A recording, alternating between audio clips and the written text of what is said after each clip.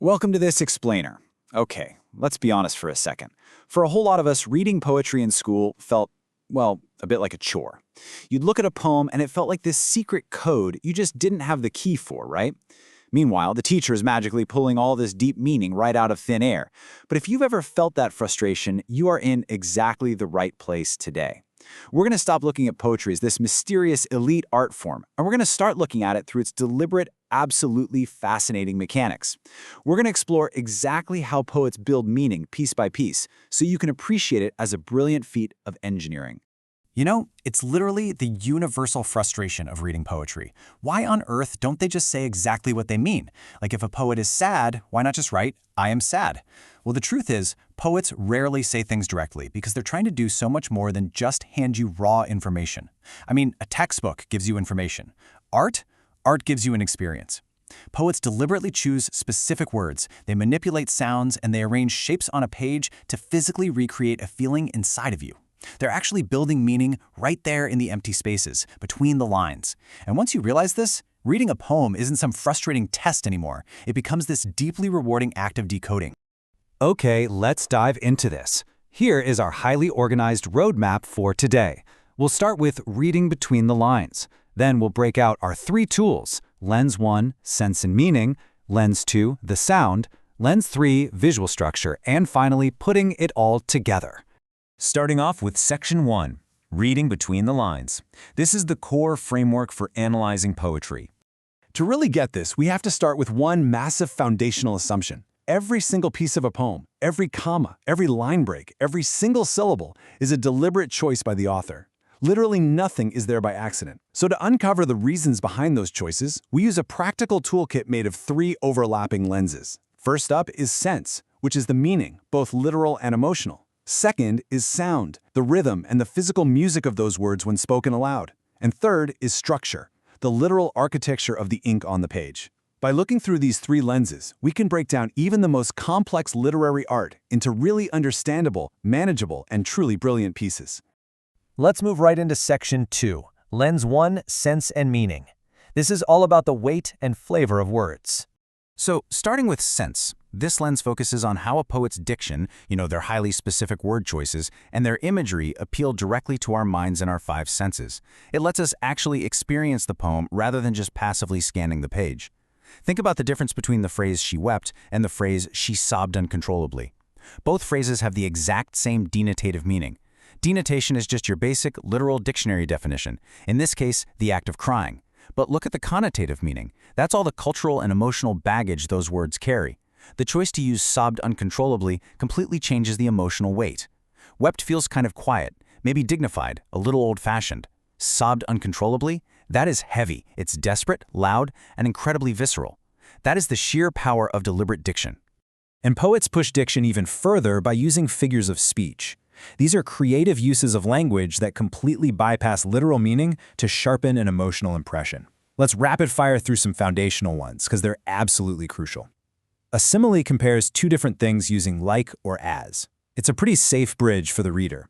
Saying someone is brave as a lion gently links two ideas. But a metaphor drops the like or as and makes a direct, authoritative comparison. Saying the city at midnight is a sleeping giant, breathing slowly beneath the streetlights, doesn't just compare the city to a giant, it transforms it. It makes a landscape of concrete and steel instantly relatable and alive. Then there's personification, giving human qualities to non-human things. Like saying a house is groaning in the wind. We immediately get the fatigue and age of that house because we know exactly what a human groan feels like. And hyperbole is just deliberate exaggeration. When you tell someone, "I've asked you 1,000,000 times," you're not lying, you're using hyperbole to accurately convey your immense frustration. Continuing with our figures of speech, let's clear up two that honestly confuse a lot of people but are brilliant shortcuts: synecdoche and metonymy. Synecdoche is when a physical part of something represents the whole shebang. For instance, a ship captain yelling, "All hands on deck." The captain doesn't literally just want severed hands on the deck, right?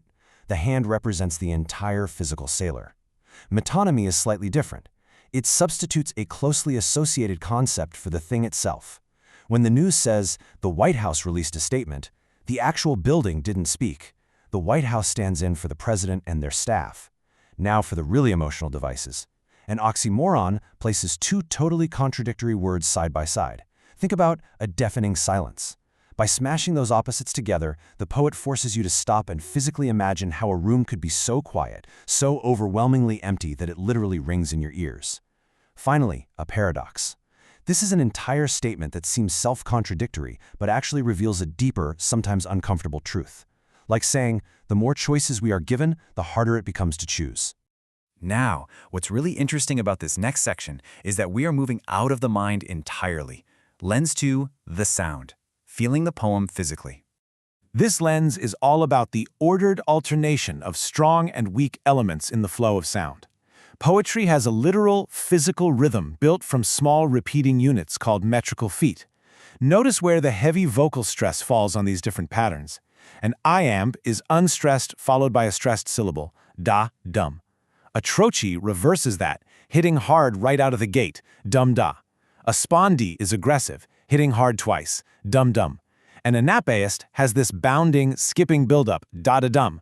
And a dactyl falls away from the initial stress, dum-da-da. And listen, these aren't just dry academic terms to memorize. They are the actual drumbeat of the text. A poet will deliberately choose a heavy spondee to convey anger or solidness, while they might choose a dactyl to convey falling or lightness. Let's hear that drumbeat in action. Listen to these lines from Lord Byron. The Assyrian came down like the wolf on the fold, and his cohorts were gleaming in purple and gold. Do you feel that galloping rhythm? Da-da-dum, da-da-dum. Byron deliberately used an anapestic rhythm because this poem is about an army charging into battle. Can you literally hear the horse's hooves in those syllables? The sound of the poem actually mimics the physical reality of cavalry riding into the fray. The rhythm is telling the story before you even consciously process the words. And when we count how many of those rhythmic feet are strung together in a single line, we find the poem's overall meter. 2 feet is dimeter, 3 is trimeter, 4 is tetrameter, 5 is pentameter, and 6 is hexameter. This matters deeply because line length dictates your breath. A poem written in short, punchy dimeter forces you to take quick, shallow breaths as you read aloud. It feels frantic, maybe breathless. A poem in long, sweeping hexameter requires deep, sustained breaths, creating a feeling of calm, expanse, or epic storytelling. Now, the absolute most famous combination of foot and meter in all of English literature is iambic pentameter. That means 5 iambs, 5 sets of da-dum in a single line. Let's look at Shakespeare's famous Sonnet 18, Shall I compare thee to a summer's day? 5 rhythmic heartbeats, da-dum, da-dum, da-dum, da-dum, da-dum.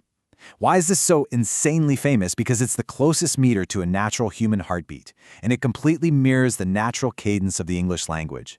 When we hear it, it feels subconsciously comforting, resonant, and deeply satisfying to our ears. It elevates everyday conversation into music. So how do you figure this out on your own? It's a process called scanning. Think of scanning like taking apart a car engine just to see how all the belts and pistons are working together. Step 1. Read the line aloud naturally. Don't force a weird rhythm, just speak it. Step 2. Take a pencil and mark which syllables naturally land with more stress and which are lighter. Step 3. Group those syllables into the feet we just learned. Finally, count the feet to identify the overall meter. I highly encourage you to try this exact procedure the next time you listen to your favorite song lyrics. It instantly turns you from a passive listener into an active decoder of rhythm. All right, moving to section 4, lens 3, visual structure. This is the literal architecture of the text. We are moving from the ear to the eye now. We're looking at how the physical ink is actually arranged on the page. You got to think of the poet kind of like a movie director controlling a camera. Word order can be natural, or it can be wildly inverted to force a surprising emphasis right at the end of a line. An ellipsis omits expected words to create a sense of economy or mystery. And punctuation? Punctuation is a massive tool. A total lack of punctuation isn't a grammatical mistake, it's a structural choice. Stripping away periods and commas forces the reader into this breathless, rushing sensation, just tumbling from one line to the next. Conversely, adding heavy punctuation forces hard stops. The visual shape, the spacing, where a line breaks off, all of these direct your eyes exactly where the poet wants them to go. And this brilliantly illustrates the point. Think about how daring it is to write a poem that's literally only 2 lines long. This is Ezra Pound's In a Station of the Metro. There is no traditional rhyme scheme here, there are no verbs, By making the poem this incredibly compact and brief, Pound forces every single syllable to carry massive weight. The short, image-driven structure perfectly reflects the theme. Imagine you're in a dark, crowded subway station. A train rushes by. For a split second, you see pale faces in the windows, looking like flower petals stuck on a wet tree branch, and then, boom, they're gone forever. The fleeting, disconnected structure captures the exact quiet isolation of the modern urban experience. Or consider the brilliant Emily Dickinson. Look at her heavy, super unconventional use of dashes in this stanza. Hope is the thing with feathers that purchase in the soul. Those dashes are breath marks. Dickinson is literally forcing you to physically stop and breathe exactly where she wants you to. She's controlling your breath from a century away. It forces us to slow down, fostering deep contemplation. It makes the emotional impact of comparing hope to a tireless little bird just linger in those empty, punctuated spaces on the page. Which brings us to our final section. Putting it all together, let's apply these 3 lenses. We've covered the tools. Let's move to and see how this builds when we apply sense, sound, and structure simultaneously. Here are 2 completely different works about the exact same subject, a morning sunrise. I'll read them back to back. Notice how they make you feel. First up, the free verse. Morning light forgets to knock. It simply arrives, and the kitchen remembers how to be warm. Now the traditional quatrain. The morning sun climbs slow and gold. It warms the fields the night left cold, and every leaf begins to sway as darkness gently fades away. Both describe morning, but they feel worlds apart, don't they? Let's deeply analyze why they feel so different. For stanza and rhythm, poem A uses irregular, unmetered lines that mimic quiet, natural speech. Poem B uses a steady, near-iambic rhythm and a strict rhyme scheme, making it feel grand, formal, and musical. Looking at figurative language, poem A uses personification, light forgetting to knock, which creates a highly intimate, surprising, and human scale. Poem B relies on sweeping, conventional imagery of climbing and fading. So what is the ultimate structural impact here? The messy, loose, unrhymed structure of the free verse perfectly mirrors the sleepy informality of pouring coffee in a quiet, ordinary kitchen. Meanwhile, the highly controlled, unstoppable meter and rhyme of the quatrain perfectly reinforce a sense of universal order in the massive, predictable cycle of nature. The structure absolutely is the message. Once you truly realize that a poet's choices regarding sense, sound, and structure are completely deliberate, you stop looking at poems as just pretty sentences. You start seeing the beautiful machinery underneath. You now literally have a permanent decoder ring to use on any literature you encounter. So I'll leave you with this provocative thought to ponder from our source text. Why might a poet choose not to use the traditional rhyme scheme? Based on what we've unpacked today, what tone, what pacing, or what modern chaos might they be trying to convey by intentionally breaking the rules? I challenge you to apply these 3 lenses to the very next poem you read and see what you discover between the lines. Thanks so much for joining this explainer.